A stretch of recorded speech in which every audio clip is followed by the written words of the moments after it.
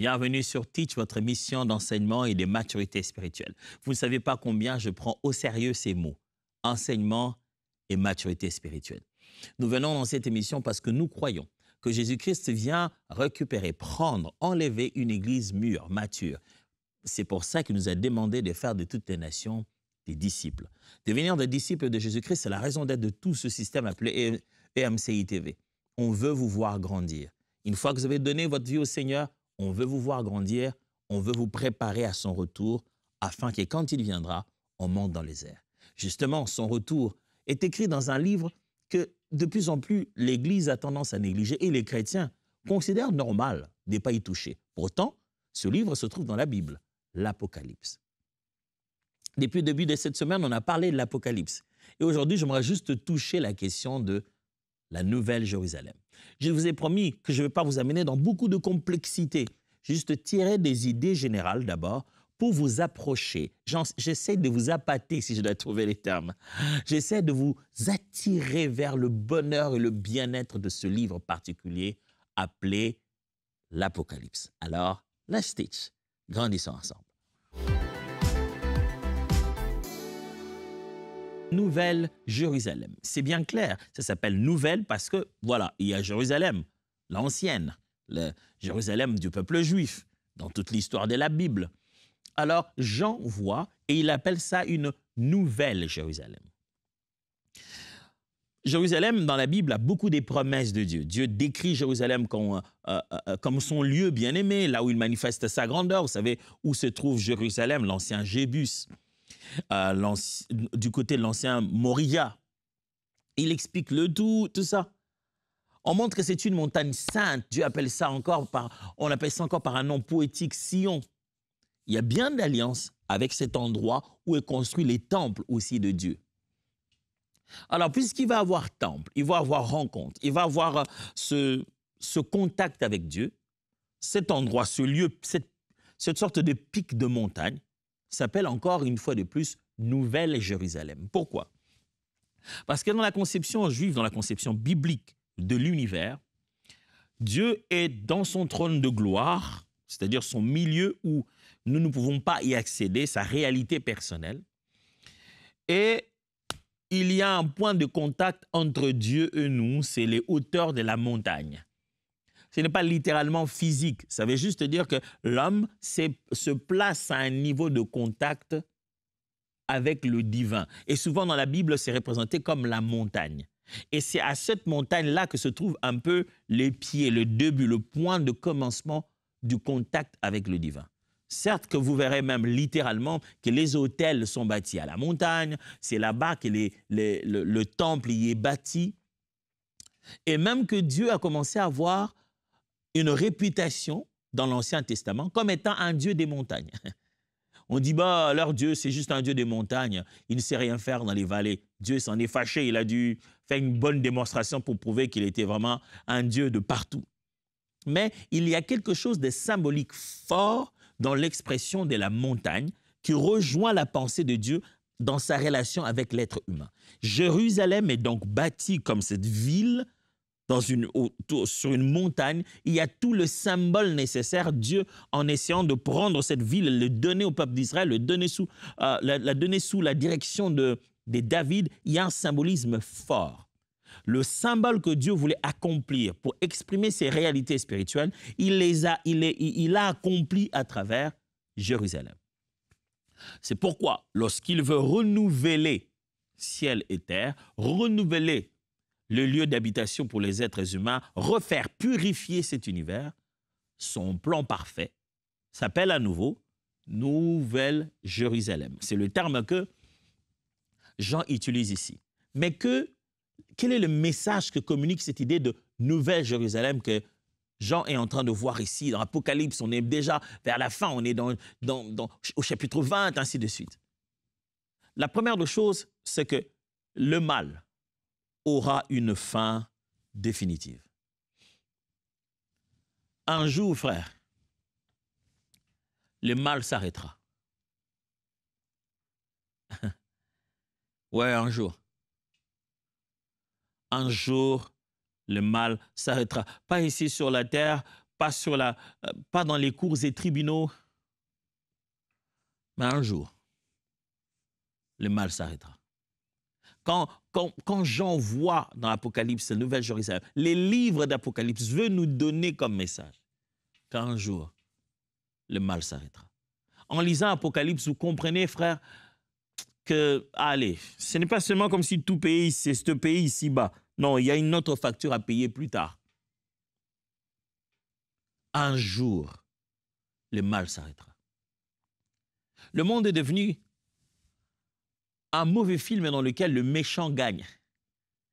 À la fin de tout, malgré les efforts de l'héros et de l'héroïne, le méchant finit le film en ricanant. Ce sont les corrompus qui maîtrisent et gèrent les systèmes. Le peuple croupit dans le malheur, une minorité de personnes ricanent, rient, en manipulant leurs semblables, en se rassurant qu'ils consomment, vivent et expriment des choses qu'une minorité en connaît les véritables secrets. Et cette minorité se considère comme toute puissante à gérer l'humanité.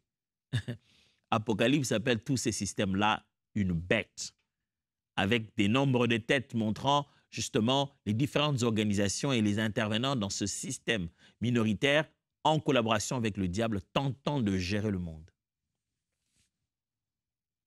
Mais la bonne nouvelle, c'est qu'un jour, ça s'arrêtera.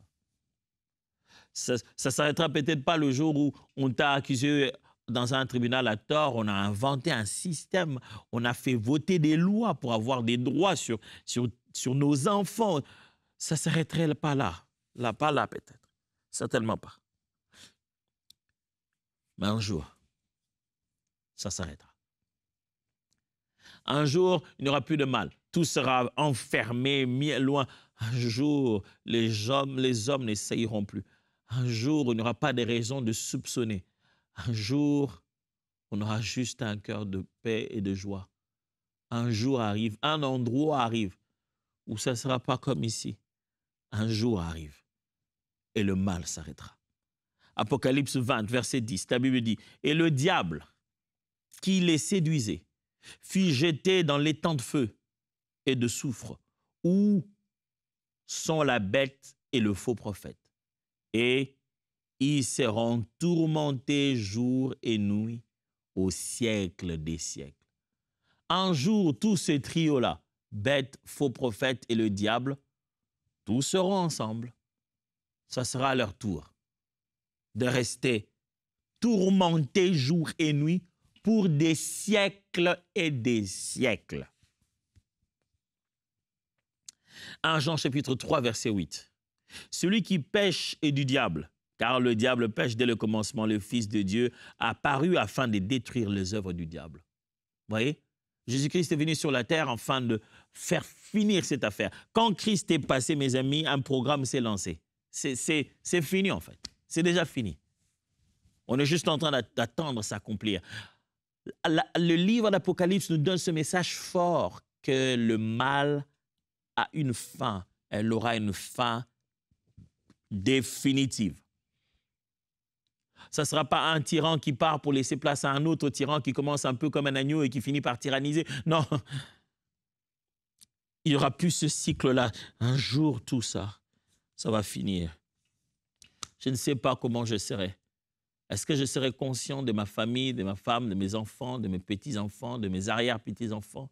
Est-ce que je serai conscient de ma vie que j'ai passée sur la terre? Est-ce qu'on se verra là-bas? Est-ce qu'on se connaîtra? Est-ce que j'aurai cette peau? Est-ce que je serai capable de voler dans l'air? Je ne connais pas tout ça, mais je suis content de savoir que le mal s'arrêtera et que la pression quotidienne de bien, de mal, terminera complètement. Merci Seigneur d'avoir prévu un jour comme celui-là. La deuxième vérité à savoir, c'est que Dieu essuie et essuiera toutes les larmes. Lorsqu'on lit Apocalypse et qu'on voit la Nouvelle Jérusalem, le message de la Nouvelle Jérusalem, c'est que Dieu essuie toutes les larmes. Quand on marche avec le Seigneur, on doit savoir qu'il ne nous a pas promis de ne pas pleurer. Non. Il y aura des choses qui nous feront pleurer. Parce que notre chair en souffre, parce que c'est contraire à notre humanité, parce que c'est inhabituel, parce que c'est injuste. Il a dit ceci. Lui, lorsqu'on sera en train de pleurer, il essuiera nos larmes. Je ne sais pas si tu pleures maintenant, mais les livres d'Apocalypse dont tu as peur, là, c'est la meilleure édification pour te rappeler et te montrer la promesse selon laquelle Dieu essuie les larmes. Apocalypse 21, verset 4.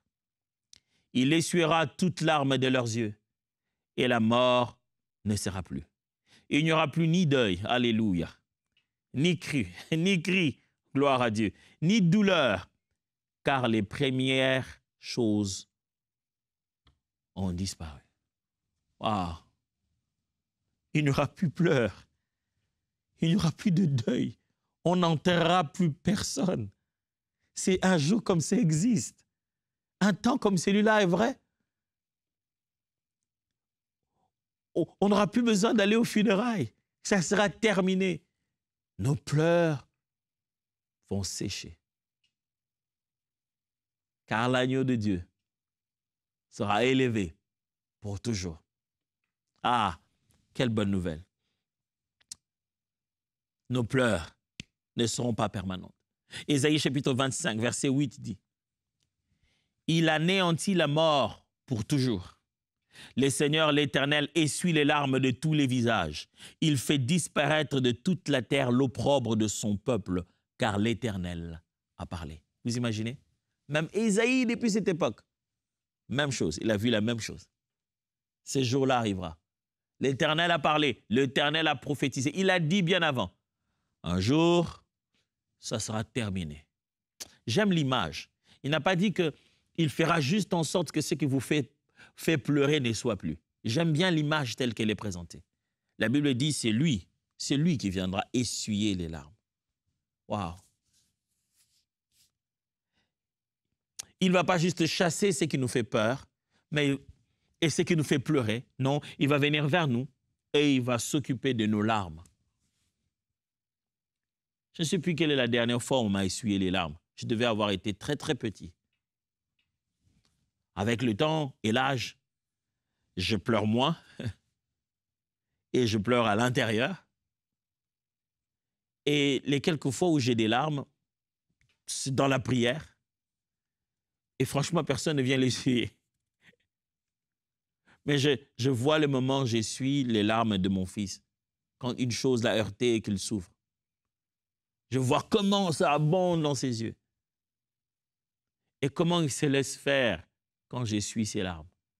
Et ce petit moment renforce tellement notre relation. Ça fait qu'il a confiance en moi. Et il sait que mon Père est là. Un jour, je serai entre les bras de Abba. Je ne sais pas comment il fera ça simultanément. Il est Dieu ou chacun à son tour. On sera à la liste, on nous étendra. Je ne sais pas comment il va faire. Mais je sais que de manière individuelle, pour moi, j'aurai cette même sensation que mon fils a le moment où j'essuie ses larmes. Il essuiera mes larmes. Ce qui me donne toute la joie de pleurer pour les bonnes raisons. Pas pour manger et boire, pas pour le pouvoir et la gloire. Je veux pleurer pour les choses qui te font pleurer. Je veux que mes larmes coulent pour la cause éternelle. Je veux pleurer pour les raisons qui me feront pleurer de l'autre côté du temps. Et tu viendras et tu essuieras mes larmes. Celui qui essuie les larmes est vivant et c'est lui qui vit dans ta vie. Je ne sais pas par quoi tu es en train de passer, je ne sais pas qu'est-ce qui t'a fait pleurer. Ce n'est pas une compétence qu'il a réservée qu'au dernier jour. Il peut essuyer tes larmes maintenant. Il peut te faire oublier cette chose. Il peut te donner un grand sourire au milieu de tes larmes et complètement faire arrêter cette pluie qui jaillit de tes yeux, juste par son amour. La troisième vérité qu'on découvre, Nouvelle Jérusalem, livre d'Apocalypse, c'est qu'il y a une cité sainte qui descendra du ciel vers la terre. Oh, belle description. Apocalypse chapitre 21, verset 2, la Bible dit Et je vis descendre du ciel, d'auprès de Dieu, la ville sainte, la nouvelle Jérusalem, préparée comme une épouse qui s'est parée pour son époux. OK. La vision montre que la nouvelle Jérusalem elle est déjà faite. Elle est déjà préparée. Elle est déjà une cité qui descend. On commence à comprendre quand Jésus dit « Je m'en vais vous préparer une place ».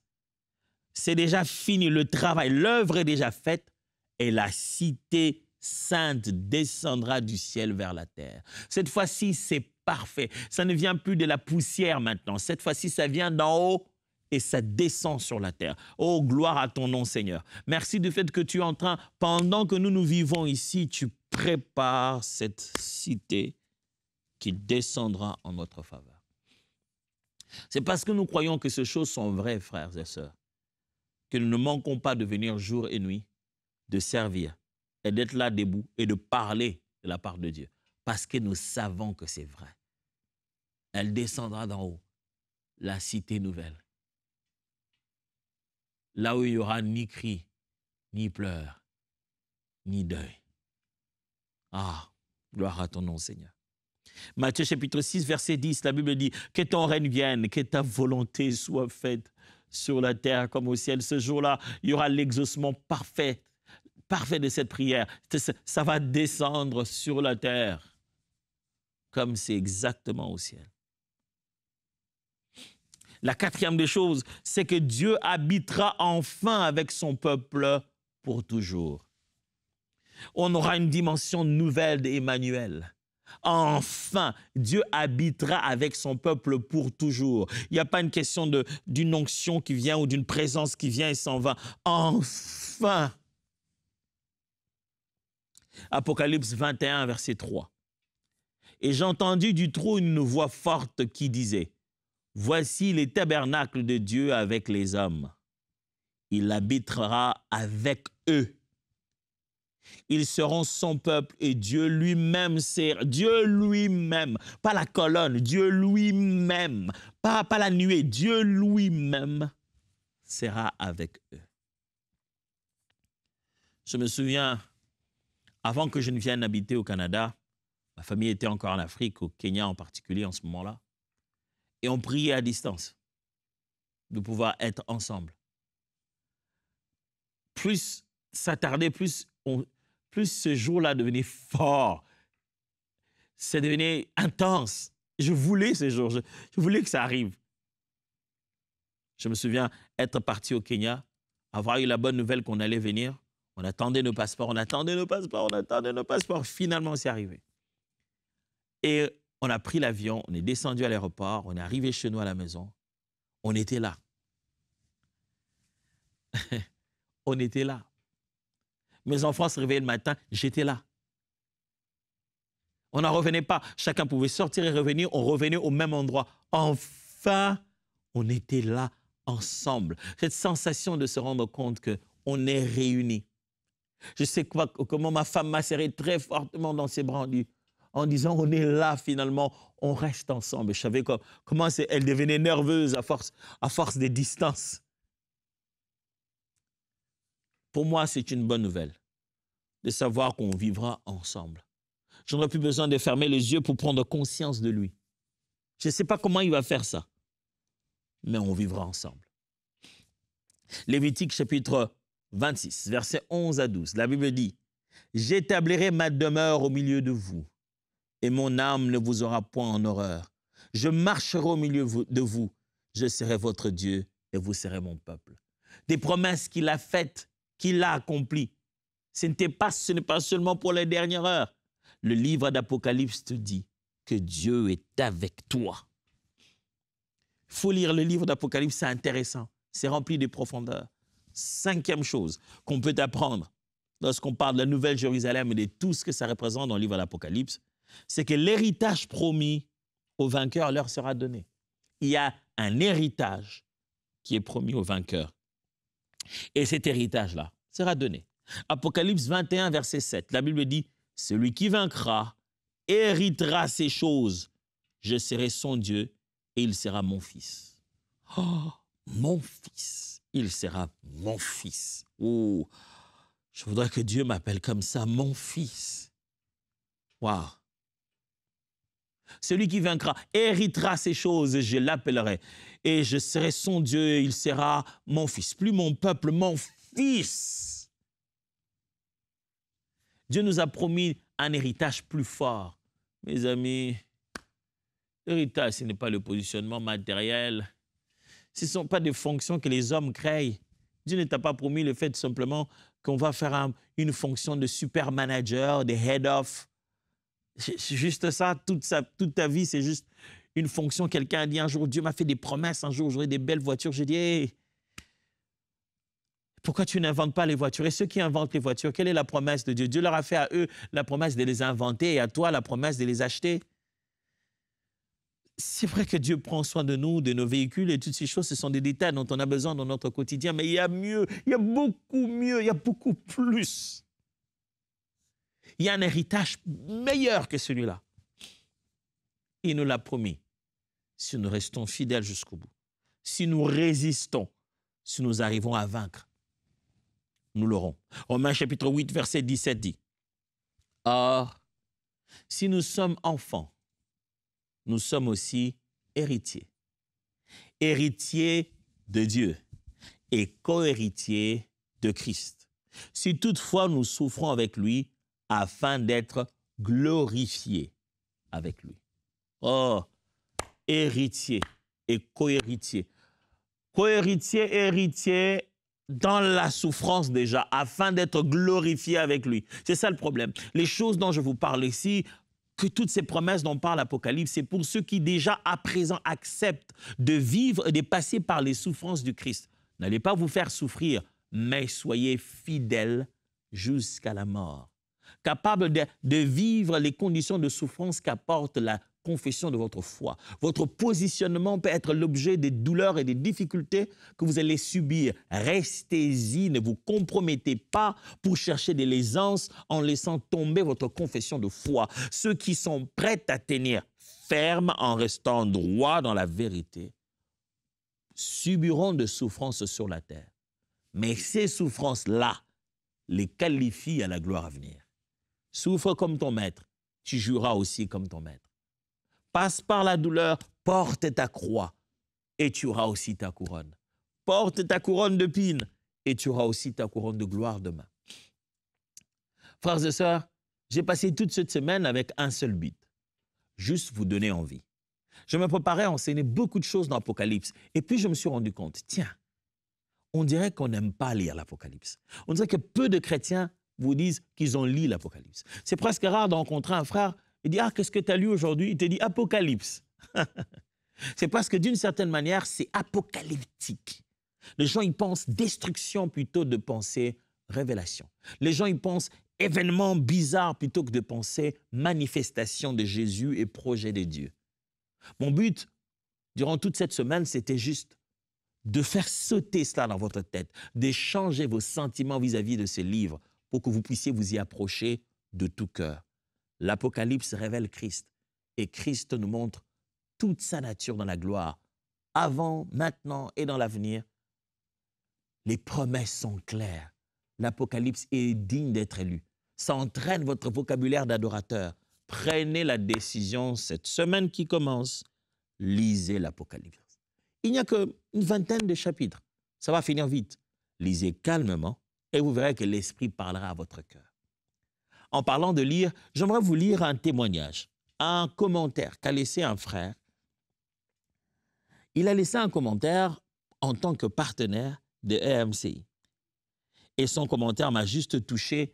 Et je me suis souvenu que c'est pour de pareilles choses qu'en réalité, nous faisons cette œuvre, ces enseignements. C'est pour, quand on entend de pareils témoignages, c'est vraiment encourageant. Je vais vous lire ce qu'il a écrit. Cela fait 1 an que j'ai rejoint la famille des partenaires EMCI. Je me souviens que c'était pendant l'émission « Qui tu es » avec le pasteur Atoms. Il a parlé du partenariat, mais au début, j'étais hésitant. J'avais beaucoup de projets, dont un que Dieu avait mis sur mon cœur, une campagne d'évangélisation dans mon village. Mais les moyens me manquaient. et je ne voyais pas comment m'en sortir. Un jour, le Saint-Esprit m'a convaincu de m'engager quand même. J'ai obéi, même si c'était difficile financièrement. Mon premier don a été fait avec des larmes aux yeux, en pensant à ces versets. Celui qui sème avec larmes récoltera avec chant d'allégresse. Alors que rien n'est bougé pour le projet d'évangélisation, Dieu a touché le cœur d'une sœur en France qui a financé 80% du projet. Ce fut véritablement un miracle. On a pu aller au-delà de tout ce qu'on avait prévu et Dieu s'est glorifié. Depuis, je continue à donner chaque mois avec joie. Je veux encourager chacun à devenir partenaire. Dieu agit vraiment au travers de cette œuvre. Merci à EMCI d'être un canal de bénédiction pour nos vies. J'aimerais que EMCI devienne un canal de bénédiction pour vous aussi. L'œuvre que nous sommes en train de faire n'est pas une œuvre humaine, c'est l'œuvre de Dieu. Quand vous s'aimez dans l'œuvre de Dieu, le Seigneur sait comment vous le rendre au centuple. Ne tardez donc pas. Allez sur emci.tv/don, inscrivez-vous et devenez un partenaire qui donne régulièrement. Il n'y a pas de petits dons insignifiants. Ce que Dieu vous a mis entre les mains, c'est déjà une grande bénédiction. Ce que vous avez, commencez à donner dès maintenant pour aider cette œuvre à aller plus loin. Regardez ses frères, il a sémé dans l'évangélisation que nous sommes en train de faire ici ensemble. Et lui, ou elle, je n'ai pas bien vu le nom, voulait aussi faire de l'évangélisation. Et l'Éternel a pris soin de lui, a choisi une sœur qui a donné tellement. Sachez-le bien que si vous êtes la réponse de Dieu dans une prière pour son œuvre, Dieu vous enverra aussi une autre personne qui sera une réponse pour vous. Faites donc de EMCI votre terrain de sémence de la bénédiction. Et vous verrez que vous-même, vous deviendrez aussi une bonne terre de sémence pour quelqu'un d'autre. Bienvenue à vous en tant que partenaire et très bonne fin de semaine. Que Dieu vous bénisse.